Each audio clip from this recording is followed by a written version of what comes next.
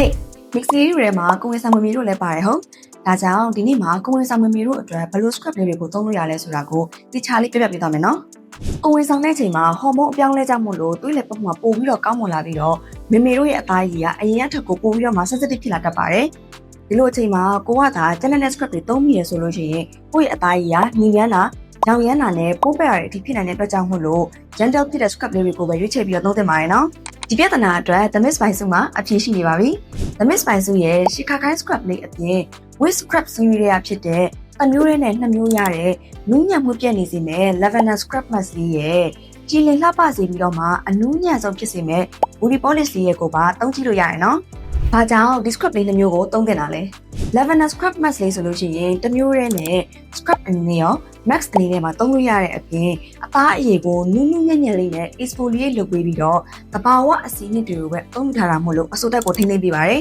။ဒါကြောင့်ပုံမှန်ထက်ပိုပြီးတော့မှအသားဆောက်တဲ့မမေတို့အတွက်ထူးသင့်တော်ပါတယ်နော်။ body polish လေးကတော့တင်မားတွေမကပဲမမေတို့ရဲ့နူးညံ့တဲ့အသားအရည်အတွက်အထူးသင့်တော်တဲ့နောက်ထပ် scrub လေးတစ်ခုပါ။နောက်ပြီးတော့ scrub သုံးပြီးတိုင်းမှာအသားအရည်ကိုပြန်ပြီးတော့အဆိုတက်ဖြစ်ပြီးတဲ့ body lotion ရဲ့နောက်နေ့အပြင်သွားတဲ့အခါမှာလည်း SPF lotion လေးရဲ့ကိုပါလိမ့်မမေ့ကြလိုက်အောင်နော်။